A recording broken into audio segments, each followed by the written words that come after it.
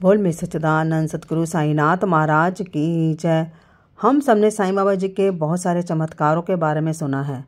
आइए आज हम जानते हैं श्री साईं बाबा जी का सर्वप्रथम चमत्कार जब उन्होंने बचपन में दिखाया था, जब वे 4 वर्ष के थे। साईं बाबा जी के बचपन का नाम बाबू था और वह बचपन से बहुत ही विचित्र हरकतें करते थे।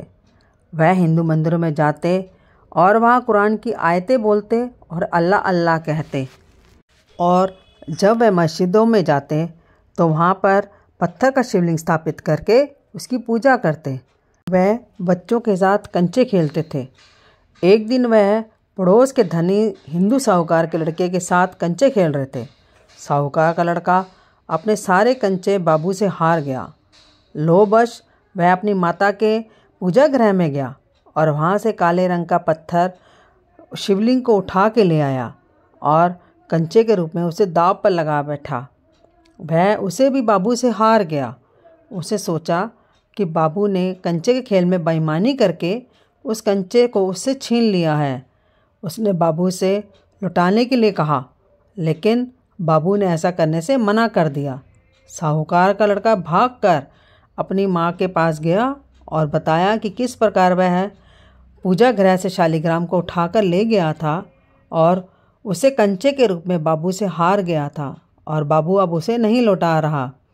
यह सुनकर साहूकार की पत्नी बहुत ही ज़्यादा क्रोधित हो गई और चिंता करने लगी। तब वह तुरंत भागकर गली में खड़े हुए बाबू के पास गई और उसने उसको धमकाते हुए बोला, शिवलिंग मुझे वापस कर दो। लेकिन बाबू ने तुरंत उस शिवलिंग को मुंह में रख लिया और उसे लौटाने के लिए मना कर दिया। पर साहूकार की पत्नी ने बाबू को अपना मुंह खोलने को विवश कर दिया। उसने देखा कि शालिग्राम तो है ही नहीं। शालिग्राम तो मुंह में बिल्कुल भी नहीं था, मुंह से गायब हो गया था। उसकी जगह उसने वही दर्शन देखे, विश्वरूप के दर्शन देखे जो कृष्ण जी ने अपनी माता यशोदा को दिखाए थे। और वह हंसते हुए बोले, जाओ, आपका शालिग्राम आपके पूजा गृह में पहुंच गया है, जाकर वहाँ देखो।